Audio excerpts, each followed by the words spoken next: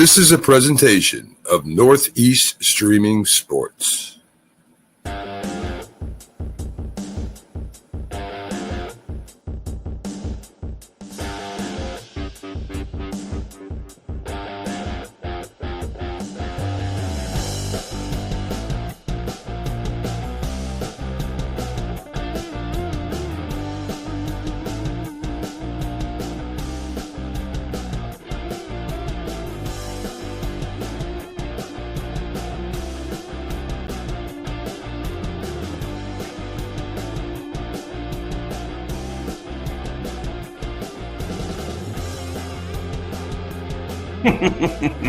Hello, my dear friends, and welcome to the Dr. Sem Yankees Show. This is the first show of the second half of the 2025 Yankees season. And the next couple of weeks, the next 4 series should determine what the rest of 2025 looks like for the Yankees, and it could determine what the future of the franchise looks like going forward into the next many years. But as we begin all shows, let me remind us all to make today a great day. Let's make today great. How do you make your day great? Well, that's simple. The way to make your day great is by looking to the good. Look around you, find the good, appreciate the good, and then your day, by definition, has to be great. When we live lives of appreciation, when we see what's good around us, we realize there is so much good, it's hard not to be happy. But every now and again, things look bad and people say, I'm not sure how to make my day great. I can't make today great. And if that's the case, well, there is a simple solution. Do something nice for somebody else. And then there is goodness. Then there is something good you can look at. And remember, when we see good, we should perpetuate that good by moving it forward and giving it to others. Remember, when we give love and kindness and empathy, all of those traits come back to us in greater amounts than we ever gave. One final reminder, my dear friends, that this program is sponsored by Artemisia Publishing. Artemisia Publishing publishes a host of great books in a plethora of genres. If you like a reading style or approach or a particular genre, you should go to apbooks.net. They publish tons of great books. They also have published numerous of my books, including The Least Among Them, From Compton to the Bronx, which, of course, I wrote with Roy White, 365.2. Do you need motivation? Well, read that book. And the greatest novel ever written in the history of writing, Scattering the Ashes. If you have not read Scattering the Ashes, your life probably isn't as complete as it could be. Do you want to make your day a great day? Go out and read Scattering the Ashes. That would definitely do it. Now, also, some people say to me, Dr. Sem, how can we get in touch with you? We know you speak all the time at various places. You give book talks. We'd like to have you on our podcast. Well, you can always reach me at drsemauthor@gmail.com.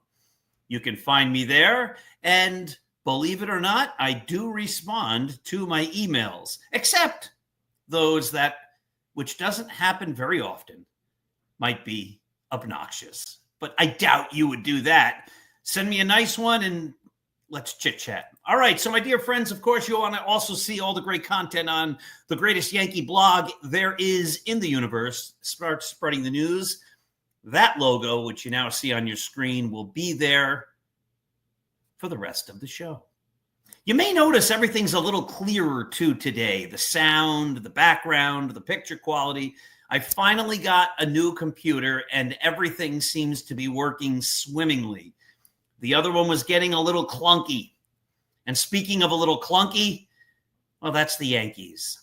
My goodness, they started off doing great. They had a great beginning. This happens all the time. And then it all fell apart. Let's take a look. In April, the Yankees were 15-13. Not great, not terrible. Add the 3 wins they had in March, and the Yankees began 18-13, 5 games over 500. That's a nice way to begin the season. Then May came, and they were terrific. 17-9. 17-9. They were terrific. That's a .654 winning percentage. They were rolling. But we've all been here before. With the Yankees, it's a roller coaster. In June, they went 13-14, and in July so far, they are 5-7. Are they the great team that went 17-9, or are they the bad team that really didn't win a whole lot in June, starting at the end of May, of course, fell out of first place and are now a second place team? Still not bad. But are they the good team or are they the bad team? And as I said at the start of the show, these next 4 series from now through the end of the month of July, which also happens to be the end of the trade deadline, that will determine where the Yankees are going to finish in 2025 by and large. And it's also, I think, finally, or at least it should, determine once and for all what happens with the leadership of this organization. So what happens to the Yankees as they come out of the All-Star game or the All-Star break? As you know, they played last night, but as you also know, I record these Saturday programs in advance. Now that I have a computer that I believe is working well, maybe I can go back to doing these live.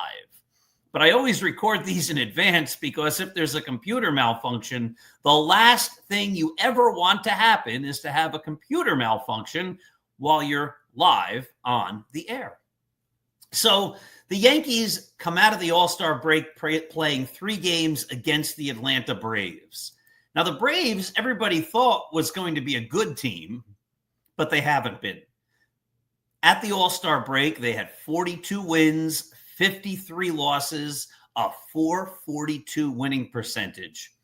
In their last 10 games going into the break, they won only 3 of them. So none of that is good.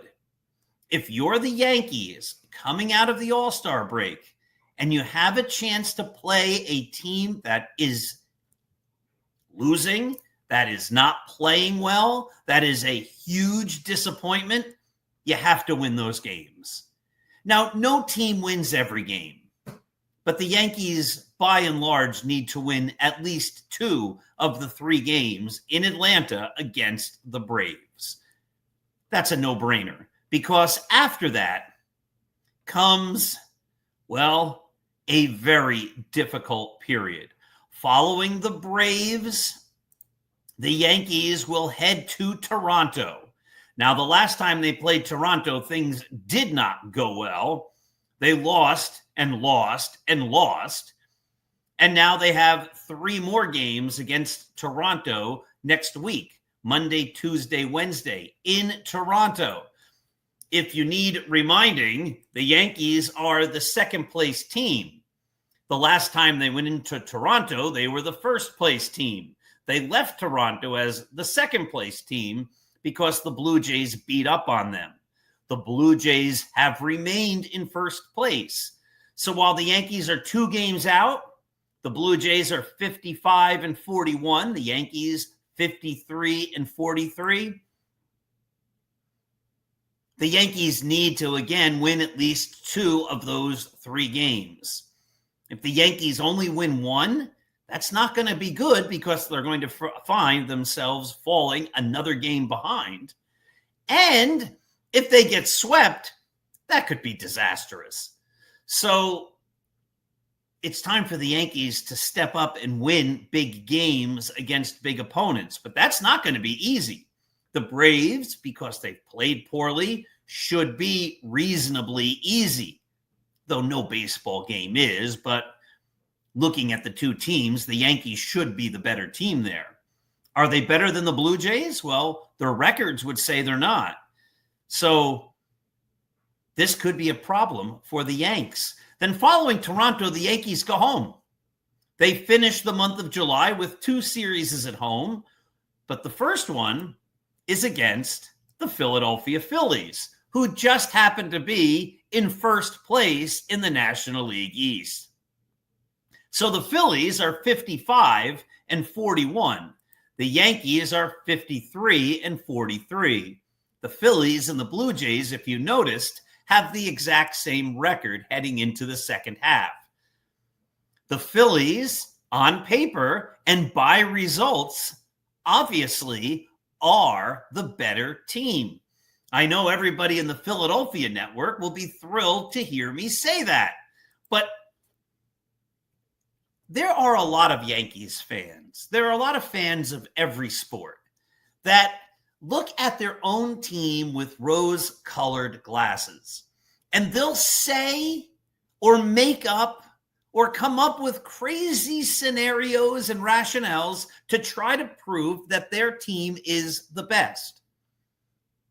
I never do that. If the Yankees are the best, I'll say that. And if the Yankees aren't the best, I'll say that. I don't see any point in trying to argue, well, the Yankees are better than the Phillies. Well, I don't think they are. Not right now. Now, maybe when they play them in a week, the Yankees will have a better record. Maybe the Phillies will come out of the All-Star break and lose most games. And maybe the Yankees will come out of the All-Star break and win most games. Then they'd go into that series and you'd say the Yankees seem to be the better team, and that would be a true statement. But basing it on the statistics and the standings and their records right now, the Phillies are the better team. And it's okay as a Yankee fan to say that. That's going to be a big series for the Yankees. Again, they can't be losing any of these series, but you especially don't want to lose series to the teams who you might end up playing in the postseason. They might see the Phillies in the World Series should the Yankees get that far and should the Phillies get that far. They're going to be battling with the Blue Jays for the rest of the year for the division. So those are back-to-back huge series. And then after that, the Yankees stay home and they play 4 games against the Tampa Bay Rays. And the Tampa Bay Rays happen to be in 4th place in the American League. They're just 3.5 games behind the Yankees. The Yankees, again, 53-43. The Rays, 50-47. So even though the Yankees have a better record by a few games than the Tampa Bay Rays, both teams are obviously pretty good because they're both over 500. One of the things I also push back against, and those who watch the live show start spreading the news on Monday nights originally at 9 p.m., and then it's shown whenever you want to watch it on so many different outlets. You saw the many outlets that were on at the beginning of the show with the music and all of that kind of good stuff. But I always push back on a live show or any show when somebody says stuff like, the Yankees stink. And they usually use other words. They don't.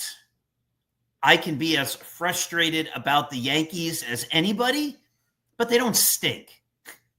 That kind of stuff, I never got it. When the Yankees and the Red Sox were both good, I'm talking about the early 2000s when those rivalries were really, really strong. You'd go to Boston and you'd hear Yankees stink from the crowd, even though these are the two teams battling for first place. You'd hear them say that kind of stuff even in postseason games. And I'm not, again, excusing Yankees fans. I'm not someone who makes up rationale or doesn't tell it as it is about my own team and my own city. Even though I'm from New Jersey, I'm a New York fan. When the Yankee fans would say Boston stinks or Red Sox stink, it's obviously not true. If you're playing them in the playoffs, they obviously are pretty darn good. I have no problem with people saying, I think the Yankees make mistakes here. I think this isn't a good aspect of the way they run their team. I think this position is weak because I think this decision was a bad one because, sure, I can buy that. But general statements like your team stinks, I that's the easiest of things for fans to say, and it means nothing. And when both teams are good, it means less than nothing because it makes no sense. Now, oh boy, football is coming. I'm not a big football fan, but when I root, and every year I think maybe this year I'll get a little bit more into football, but when I root for, it's so hard to say it. It's so hard to even admit it. I root for the Jets. Now, if you want to say the Jets stink, well, by and large, most seasons you're 100% right. The Jets aren't good. They lose a lot. They lose a lot more than they win. That's the definition of a team that stinks. So if you want to say, if I had a Jets show, the Jets stink, I'd have to say, yeah, they do. You're right. But the Yankees don't. Quick Jets story. I became a Jets fan in the early 1980s. That's when I first took a liking to football. The Jets had this tremendous defensive line. Mark Gastineau, Joe Klecko, Abdul Salam, and Marty Lyons. A front four that pulverized the opposition. They were called, famously, the New York Sack Exchange. I also loved on offense their great running back, Freeman McNeil. I used to love hearing Marv Albert on the telecasts. Freeman McNeil. I loved the way he said that. And those Jets teams were good. They weren't great. They didn't stink. They were good. But they always fell short. Every single year, they fell short. It felt as though every year they won their first 10 games and then lost every game the rest of the season. And that's basically what happened in 1986.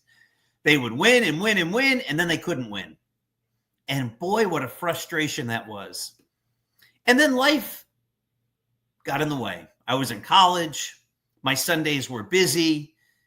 I then got married after college, got a job, got married, started having children. My children, as they grew up, played soccer. Now, if you live in Bergen County, New Jersey, and your kids play recreation soccer, those games are when? Yep, Sunday afternoons. So for a long period of time, I had no Sundays to invest in watching football, so I didn't. I never watched any of it. I'd tune in maybe for some playoff games. I'd always watch the Super Bowl, but I was disconnected from the sport. But the way the New York media, and maybe every media does this, but the way the New York media always loves to play up the teams, before each season, even now, even though the Jets are bad, you start seeing reports like, well, if this goes right and that goes right and maybe this, that, and the other thing, the Jets could be good. Sometimes I succumb to the hype And I think maybe I'll watch a lot more football this year because maybe the Jets will be good, even though you know in your heart that they won't be. All right. So the other big news for the Yankees is if they don't do well in these series, if they lose these games, 2 out of 3 to the Braves, 2 out of 3 to the Phillies, 2 out of 3 to the Blue Jays, 3 out of 4, or even just splitting the 4 games with the Rays, their season could be in disarray. They could be out of the pennant race. Now, again, anything can happen. You can then have a miraculous August, a terrific September, and get back into it. We've all known the stories of the teams that have come back, including the Yankees in like 1978. But by and large, generally speaking, the Yankees could pretty much be out of the running. What a disaster that would be. What a disaster, because some of the problems with the Yankees, you hear them talking all the time. We need a third baseman. Some of those problems were being discussed by fans, by writers, I dare say by me, last year. A couple of years ago, Hal Steinbrenner said, we're going to do a system organizational check. We're going to look from top to bottom and find out what's wrong. And I kept telling him what was wrong. All they needed to do was listen to me, and Reed starts spreading the news. And of course, it wasn't just me. But for a couple of those years, the Yankees had no left-handed power hitting. It was obvious from the start. You need left-handed power, especially playing in Yankee Stadium. They had none. I said it before the seasons. Some people told me, they don't need it because Aaron Judge and Giancarlo Stanton can hit right-handed pitching and they hit the opposite way. It didn't work and it made no sense. In those years, if you remember, the Yankees were trying Aaron Hicks, a switch hitter, as the number 4 hitter. They were putting Brett Gardner in the middle of the lineup at the very end of his career. Why? Because he hit left-handed, and belatedly they realized we need left-handed hitters. You needed left-handed power hitters, which they still didn't have, and they were trying to make Aaron Hicks and Brett Gardner left-handed power hitters. The mistakes the Yankees are making year in and year out aren't things that people are just discovering as the season goes on. Oh, no. Those are mistakes they're making long before the season ever began. And a year ago, we were saying the Yankees need a third baseman. Now, there are Yankee apologists out there that are going, no, they don't. They know what they're doing. LeMahieu can do it. Jazz Chisholm can do it. No, none of those things have worked because they don't have a real third baseman. LeMahieu was old. Chisholm is not a third baseman. I like how some people are even today still, even though the Yankees moved him off the position 2 different times, saying, well, Chisholm's good at third. No, he's not. The Yankees themselves have even admitted that twice. They tried him at third last year. It wasn't a disaster. It wasn't great, but it wasn't a disaster. But the winter came and they're like, we're not doing that again. Then this season started. They bring back DJ LeMahieu, who can't play anywhere anymore. And they say, well, he can't play third. We'll put Jazz back at third. That didn't work. They moved him off third again. Not once, but twice the Yankees said Jazz Chisholm can't play third base. I could have told you that. And I told you that a year ago. And now the Yankees are saying we need a third baseman. Well, we were writing that before the season started. Of course they need a third baseman. They haven't had a third baseman. And this is part of the problem. The Yankees act as though these questions they have, these conundrums, these problems that have to be solved are deep and difficult and hard to figure out. They're not deep. They're not impossible to figure out. They're not even conundrums. If you want a team that's going to compete to win the World Series, news flash, ladies and gentlemen, you need a major league third baseman. That's not hard. But now the Yankees are trying to get one. I hope they do. The wonderful writer on Start Spreading the News, Tim Cable, wrote an article the other day, and he made a great point. He said, I hope the Yankees, I'm paraphrasing, of course, but he said, I hope the Yankees make big moves to make this team a good team, a great team, a World Series contending team. But I hope they don't start getting rid of their best prospects, because those prospects have futures. And I'm afraid that Aaron Boone does not. Don't get old veterans who are at the tail end of their career to try to win it all with a manager, Aaron Boone, who many people, myself included, do not think is a very good manager. Don't give up the future. Players that could help a good manager possibly win next year or the year after or sometime in the future, to go after the elusive goal of winning a World Series with Aaron Boone, which probably isn't possible, because we have seen time and again, year in and year out, this isn't seeing it once, it's seeing year in and year out through the entire Aaron Boone era, that in big games, good managers and great managers outsmart him, outmanage him, outplay him, outthink him.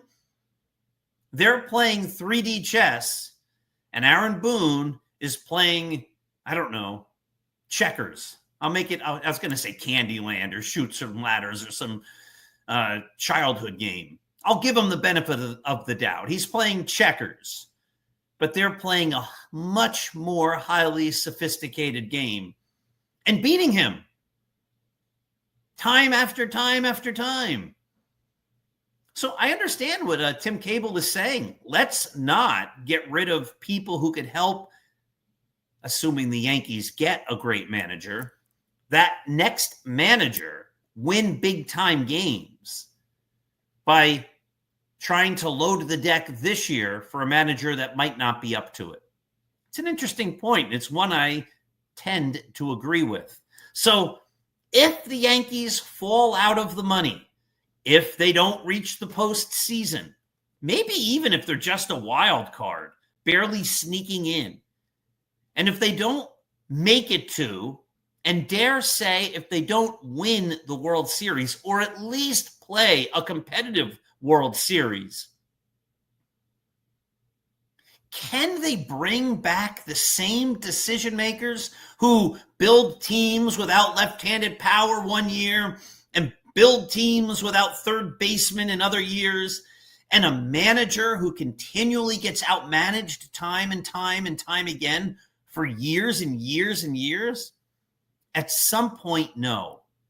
So these next couple of weeks, as I said at the start, could really determine how 2025 ends and really set in stage what happens in the future. Should the Yankees do well these next couple of weeks and jump back into the pennant race and maybe first place and go on a roll and win?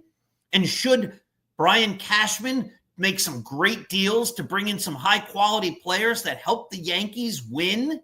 Maybe he gets a really good third baseman, and then they win the World Series. Well, then you bring them all back. Of course you do.